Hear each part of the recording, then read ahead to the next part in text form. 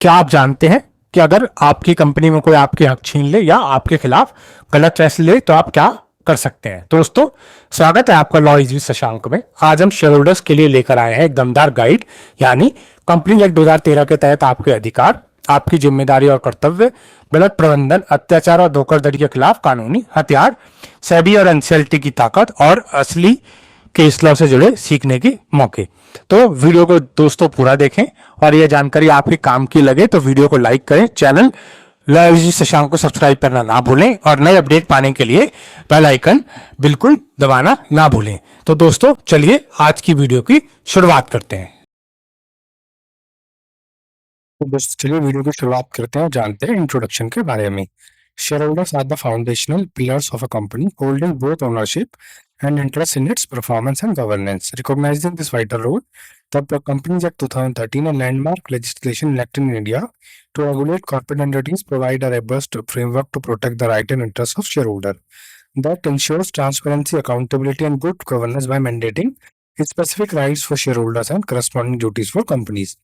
In this video, we will provide a detailed examination of the right conferred upon shareholders under the Companies Act 2013, the responsibilities of companies towards them, and the legal consequences of failing to uphold these rights. तो दोस्तों, जैसा कि आपने जाना है कि companies act 2013 के अंदर जो शेयर होल्डर्स हैं उनके राइट्स को और इंटरेस्ट को प्रोटेक्ट किया गया है। उसके लिए बहुत ही जो है आप कह सकते हैं एक एक्ट बनाया गया है जिसके तहत उनके राइट्स को और जो उनके इंटरेस्ट है उसको प्रोटेक्ट किया जाता है। ठीक है, जिससे जो है ट्रांसपेरेंसी मिलती है, अकाउंटेबिलिटी और गुड गवर्नेंस को मेंटेन करने में आपका सहायक होता है ये कंपनी एक्ट 2013। ठीक है, तो इस वीडियो में हम जानेंगे जो उनके क्या-क्या राइट्स हैं हमारे शेयर होल्डर्स के, और जो है उनकी क्या-क्या रिस्पॉन्सिबिलिटी है कंपनी के उनके टुवर्ड्स, और लीगल कॉन्सिक्वेंसेस क्या होंगे अगर कंपनी उसको जो है फेल होती है उन राइट्स को फुलफिल करने में। तो चलिए देखते हैं एक-एक करके शेयर होल्डर के राइट्स।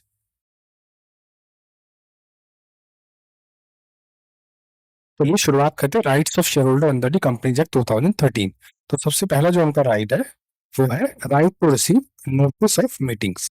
तो जैसा कि आप सब जानते हैं सेक्शन 101 जो कंपनीज एक्ट का है उसके अंतर्गत शेयर होल्डर को जो है एटलीस्ट 21 डेज बिफोर जो है वो जनरल मीटिंग का नोटिस जो है वो रिसीव होता है।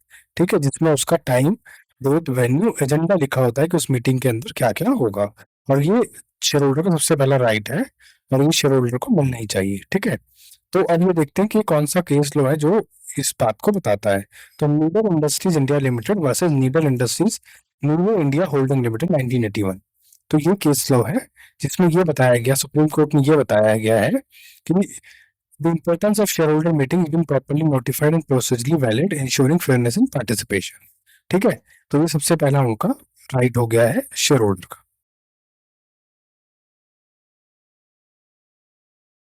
उसके बाद जो शेयर होल्डर का दूसरा राइट है वो है राइट टू वोट। ठीक है, देखते हैं उसके बारे में। All share holders have right to vote on important matter relating to the company.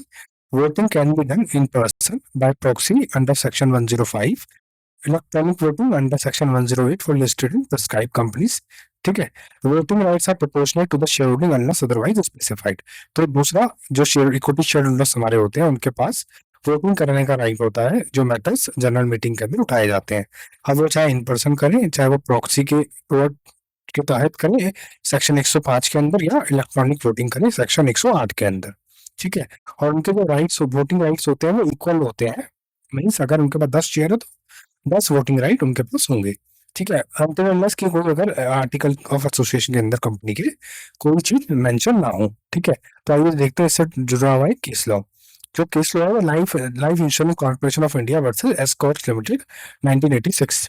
तो इस केस में क्या डिसाइड हुआ था, इसमें ये बताया गया था कि voting rights are the intrinsic to the share holding and can not be arbitrarily restricted. ठीक है, तो वो जो है आपका इंटरेस्टिंग इंट्रिंसिक होता है वोटिंग राइट शेयर होल्डिंग का, जबकि वो आर्बिट्रली रिस्ट्रिक्टेड नहीं होता है।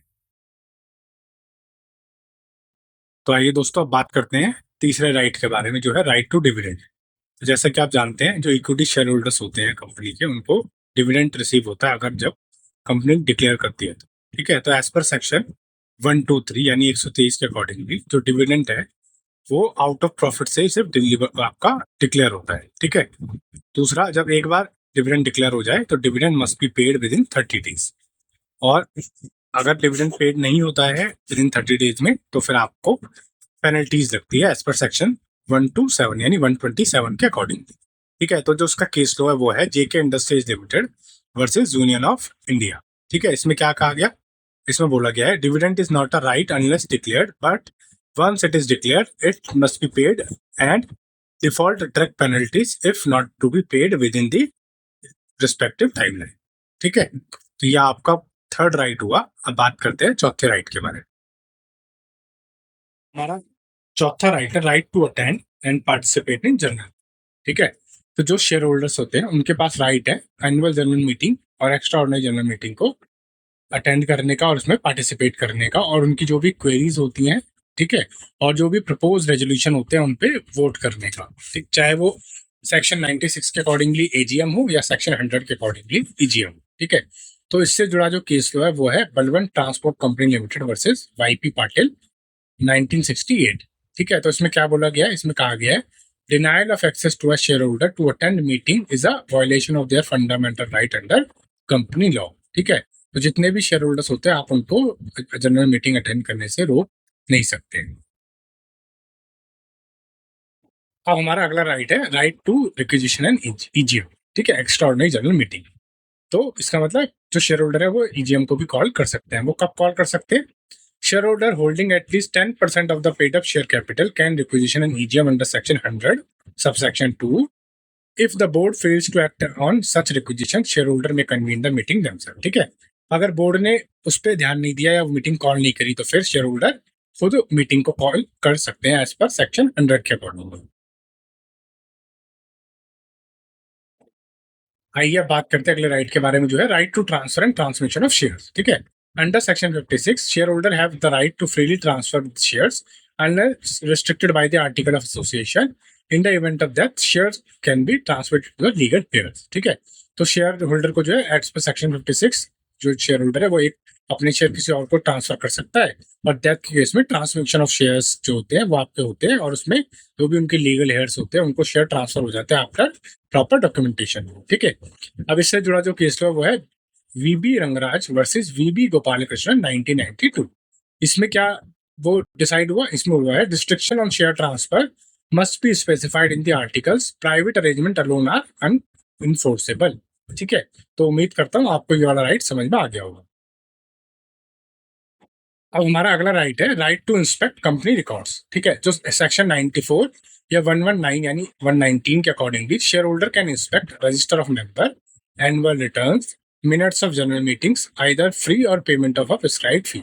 वो उनके आर्टिकल ऑफ एसोसिएशन में जो कंपनी में लिखा होगा उसके अकॉर्डिंगली उनको फी पे करनी पड़ेगी। ठीक है, अब ये शेयर होल्डर का राइट है कि वो कोई भी चाहे तो अपना मिनट्स देख सकते हैं, बट जनरल मीटिंग के बोर्ड मीटिंग के मिनट्स शेयर होल्डर नहीं देख सकता है। ठीक है, एनुअल रिटर्न्स को देख सकते हैं, रजिस्टर ऑफ मेंबर को देख सकते हैं। और इससे जुड़ा जो केस है वो क्या है, Rameshwar Prasad versus Sindri iron foundry limited 1990 1966। इसमें क्या डिसाइड हुआ है, share holders have an enforceable right to inspect statutory registers, denial can result in legal remedy. ठीक है, आप शेयर होल्डर को मना नहीं कर सकते, वो उसका इन्फोर्सेबल राइट है इंस्पेक्ट करने का documents.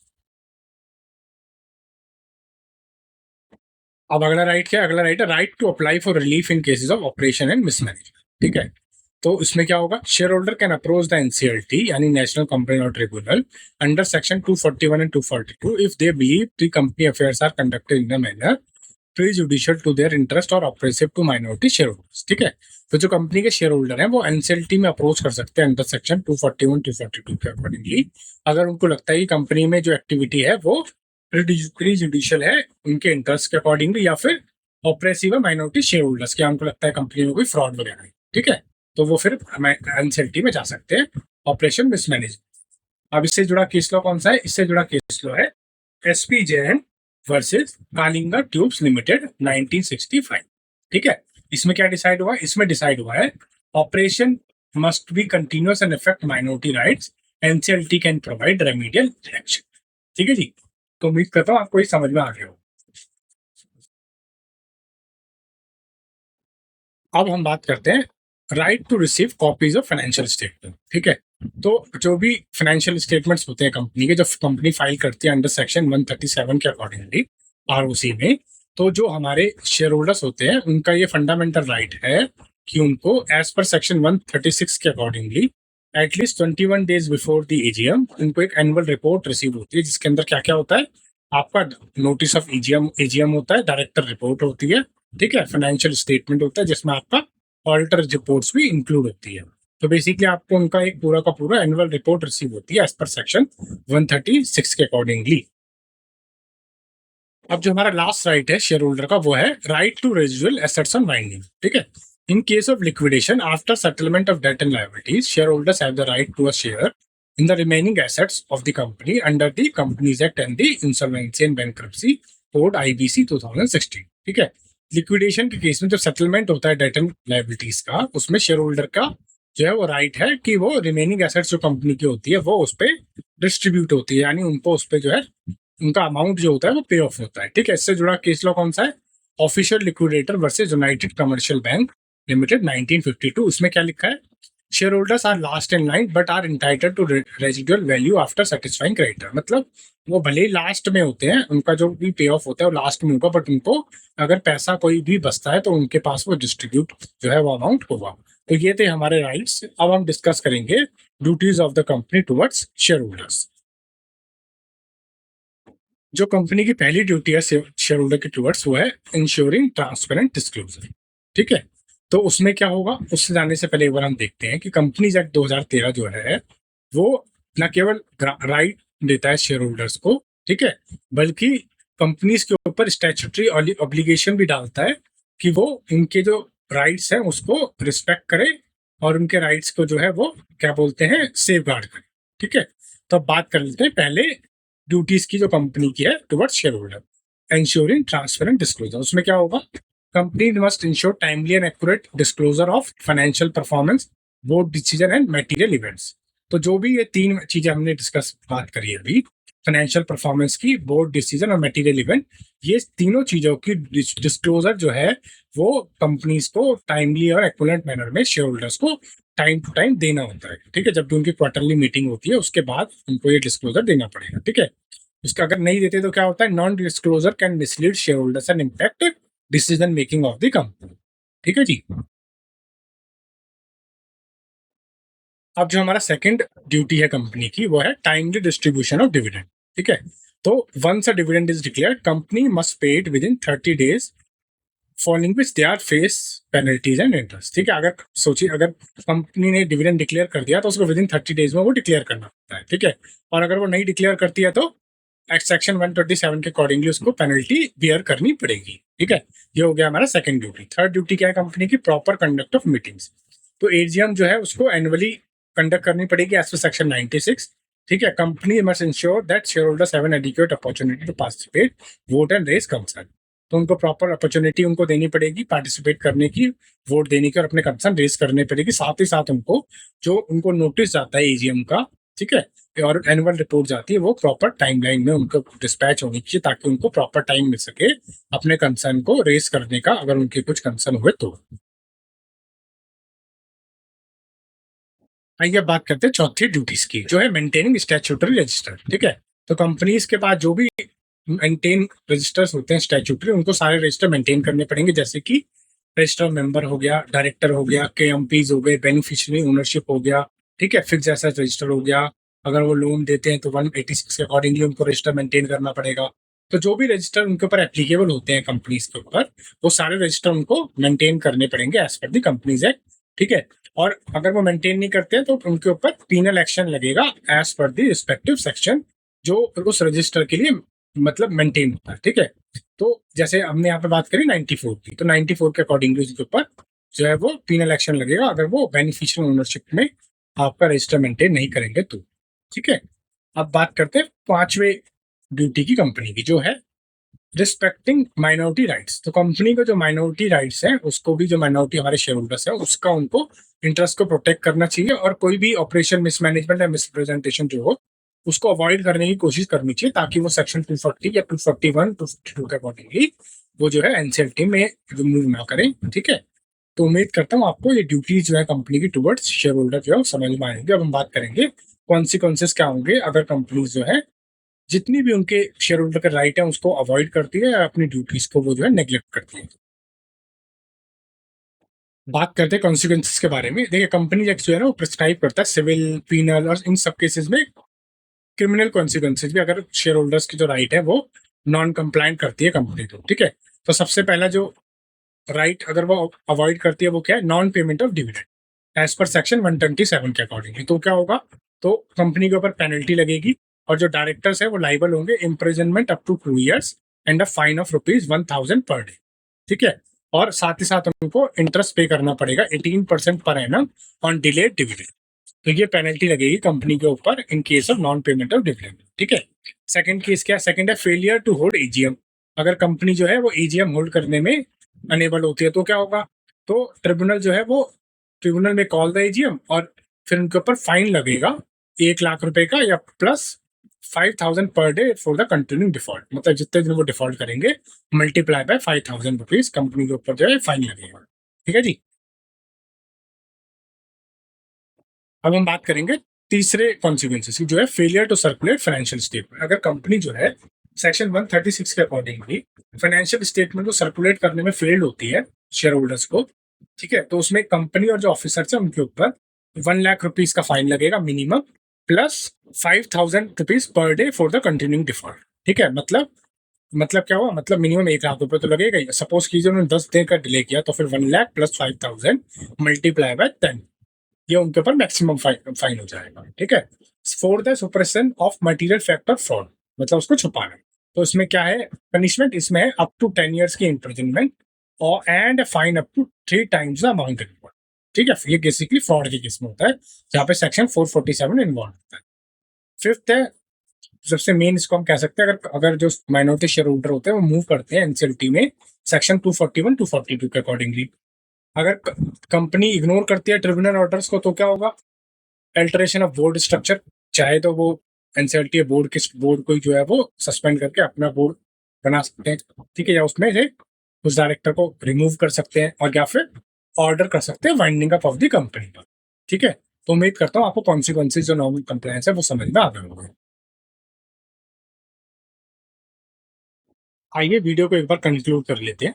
The Company Act 2013 established a comprehensive legal framework that empowers shareholders with clear defined rights and simultaneously imposes critical obligations on companies.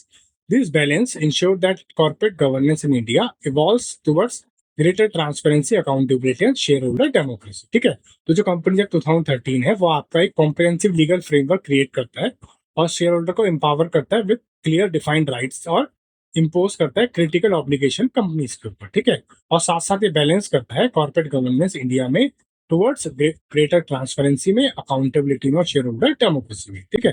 तो जो कंपनीज हैं उनको रिस्पेक्ट करना चाहिए शेयर होल्डर राइट को, जस्ट इसलिए नहीं कि वो लीगल रिक्वायरमेंट है बल्कि अपने बिजनेस को सस्टेनेबल बनाने के लिए भी, ठीक है। साथ ही साथ जो हमारे शेयर होल्डर हैं उनको भी अवेयर होना चाहिए कि उनके जो लीगल इंटाइटलमेंट है या राइट्स हैं और रेमेडीज क्या है अगर कंपनीज उनके जो भी राइट्स हैं उसको फुलफिल करने में जो है सक्षम नहीं होती है या वो अवॉइड करती है उनको, देन शेयर होल्डर्स क्या कर सकते हैं, ठीक है। फिर लास्ट में हम देखेंगे in the evolving landscape of corporate law the alignment of share holder right with corporate responsibilities are fundamental to fostering trust, encouraging investment and ensuring ethical corporate conduct in India, ठीक है। तो basically जो आपका alignment है share holder right का with corporate responsibility वो fundamental है fostering trust का, इनकरेज करना इन्वेस्टमेंट को और इंश्योरिंग एथिकल कॉर्पोरेट कंडक्ट करना इंडिया, ठीक है। तो उम्मीद करता हूँ कि आपको ये वीडियो में जो जितनी चीजें समझाई गई वो समझ में आएंगी। तो फिलहाल इस वीडियो में इतना। तो दोस्तों आज आपने जाना कि कैसे आप एक शेयर होल्डर के रूप में अपने हक की रक्षा कर सकते हैं, चाहे वो कंपनी एक्ट 2013 के तहत आपके अधिकार हो, आपकी जिम्मेदारी और कर्तव्य हो या फिर गलत प्रबंधन और अनुचित प्रथाओं के खिलाफ कानूनी हथियार हो। अगर आपको वीडियो जानकारीपूर्ण लगा हो तो इसे अभी लाइक करें, इसे अपने दोस्तों, साथियों और व्हाट्सएप ग्रुप में शेयर करें और नीचे कमेंट में अपना विचार और सवाल जरूर लिखें और हमारे चैनल लॉ इजी शशांक को सब्सक्राइब करें तथा बेल आइकन दबाना ना भूलें ताकि अगला कानूनी ज्ञान यानी कॉर्पोरेट लॉ से जुड़ी वीडियो आप पे सबसे पहले पहुंचे। तो दोस्तों धन्यवाद और याद रखिए सही जानकारी है आपकी सबसे बड़ी ताकत।